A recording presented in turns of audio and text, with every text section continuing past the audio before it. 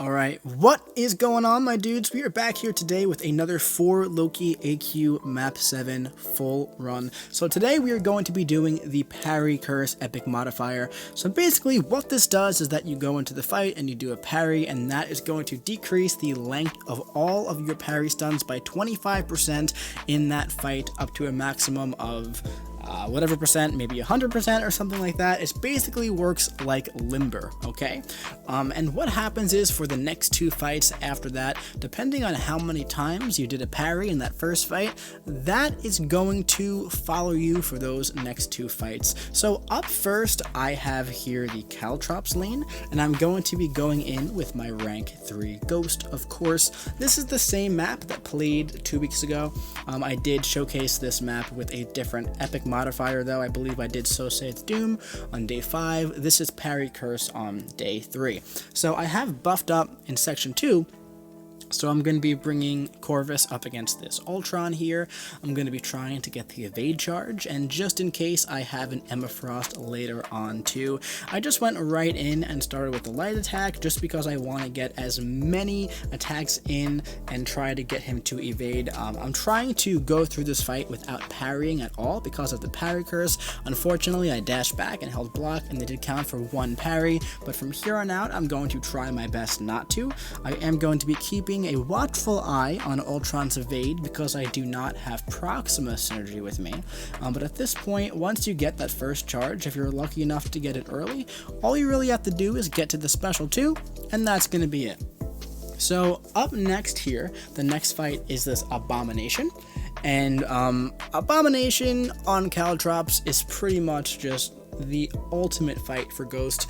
I can't really think of too many fights that would be better for a rank 3 Ghost here, since when you're dashing back, you're getting the passive furies. When you're hitting into Abomination, you're getting the poisons, which are going to turn into the passive furies. There's just so much going on for Ghost here, man. Like, I just built up 4 passive furies in 1 phase there. It's just kind of crazy, man.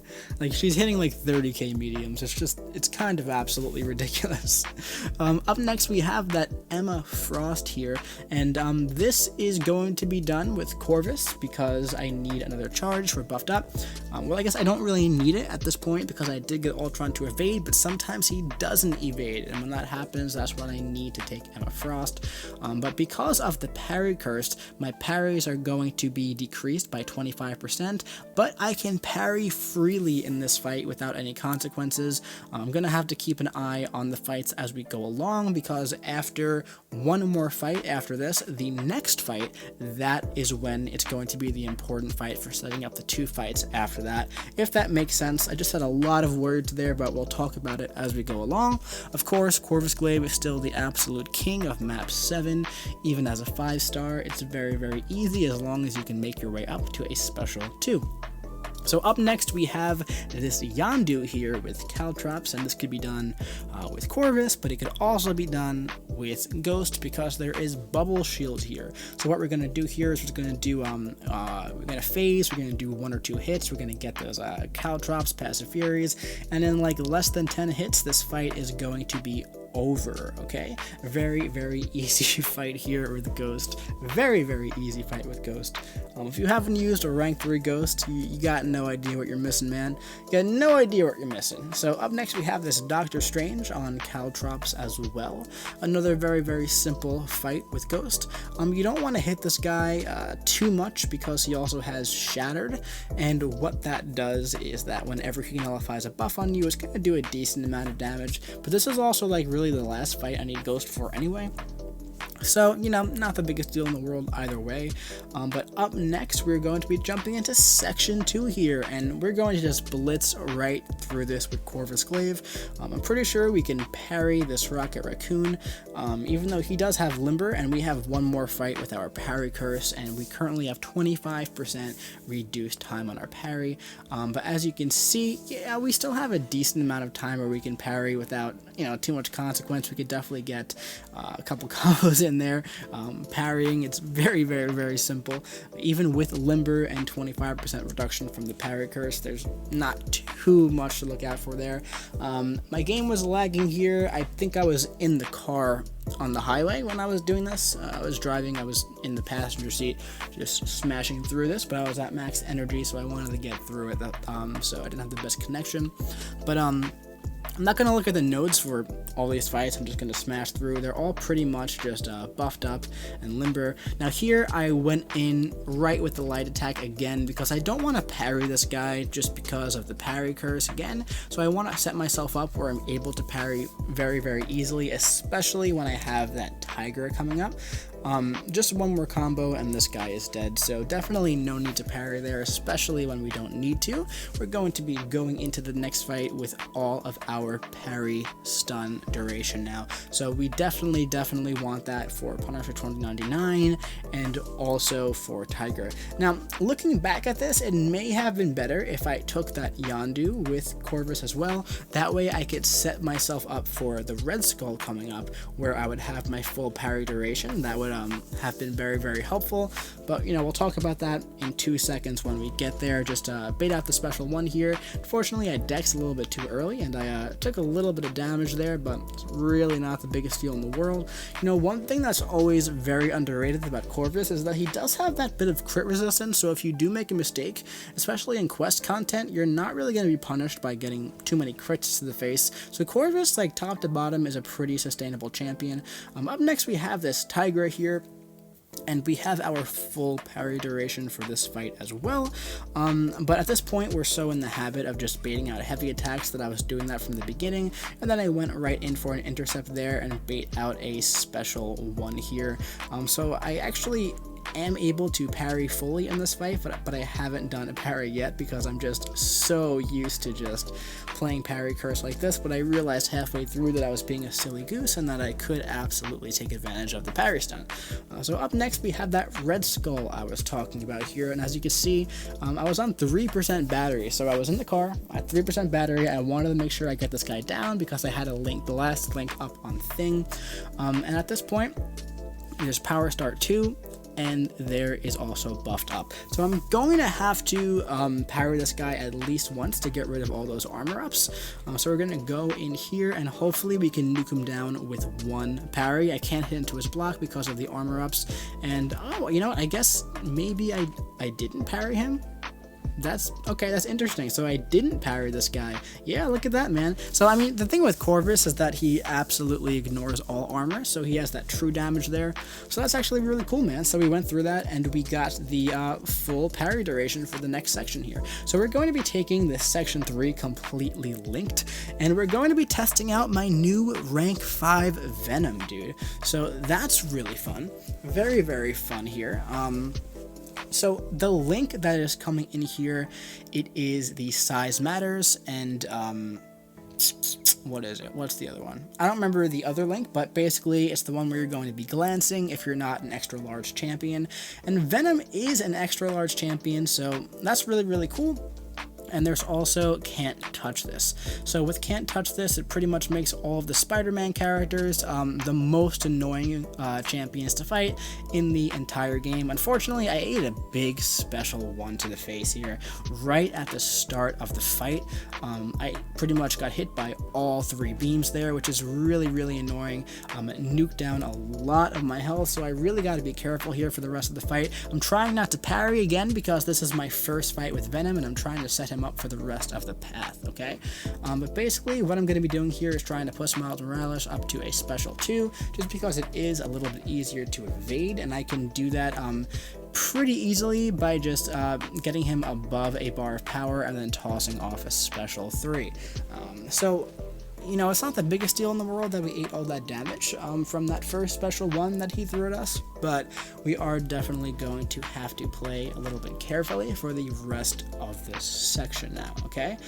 So he did actually get off a special 1 here, but it's not the biggest deal in the world. It would be a lot easier if I could parry this guy. I mean, I could parry him, but it's going to make the next couple of fights a lot harder.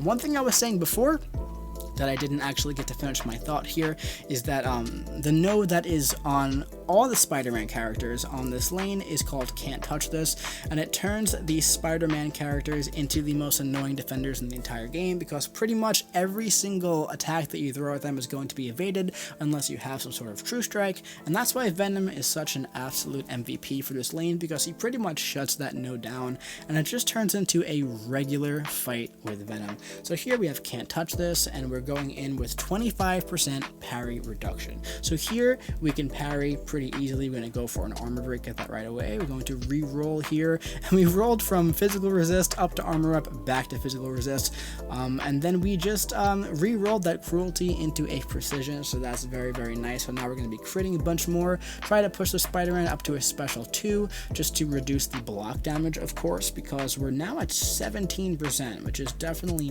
not ideal, but we're going to go and toss off a special 2 here, and that is going to be it for that Spider-Man. Venom is an absolute beast, dude. He is a powerhouse, and I'm loving this guy at rank 5. I really, really am. It's really, really cool to have a new champion that I'm like bringing into AQ, you know? So up next we have the Spider-Gwen, and this Spider-Gwen is a problem, dude, especially on Parry Curse if you don't have a Venom. We got lucky here at the beginning when we rolled 2 Fury, so that's really, really nice, and I can also parry her freely with a 25% reduction. We don't have to worry about the limber or anything. But, you know, usually she'd be, right now she has those 5 chargers, and she would also have the Can't Touch This node on her. For any other, pretty much almost any other champion in the game, this would be like a nightmare fight, but for Venom, it's just a very nice, leisurely walk in the park. As you can see, she's down to 25% health here. I'm going to go, and I think I'm going to toss off a special 3, or I'm not going to just to save time, and I'm going to let the bleeds tick her down. So very, very nice fight with Venom, despite that first special 1 from Miles Morales that took off almost half of our health. We got through pretty much the entire lane, no problem. We do have one more fight here, and this is another linked fight. If I only had Venom like this with this amount of health, I would have just waited for that link to come down, but we also have Corvus and Ghost, so we can get this guy down, no problem. At this point, man, you know, I'm just trying to do as much damage with Venom as I can. The bleed is pretty much going to knock us off from suicides here, and he also has a lot more attack and health, and he goes to toss off a special 1 here, and I dashed back too soon. I tried to dex the full thing because if I took it on the block, it definitely would have killed me, so I figured, why not? But we have a full health Corvus with 3 charges, and we have a full health rank 3 Ghost. So, like, yeah, I mean, we're going in here with the Parry Curse with a 0% reduction, so this fight is probably going to be over with Corvus here. Just parry, medium, medium, and we're going to do that up into a special 2. If you, every time we parry, it's taking off a decent chunk of health, man. I'm going to try to get this guy not to toss a special 1, but of course it doesn't work. Unfortunately, we ate the whole thing on the block, but we also got some power from that. We're not too concerned because we have 40% health left, and we're just about to get to our special 2. We're going to do, try to get one more parry here, go for a medium, and toss off a very, very nice special 2 that hit really, really well. And this guy is down to 9% health now. One more medium attack, and that should be it.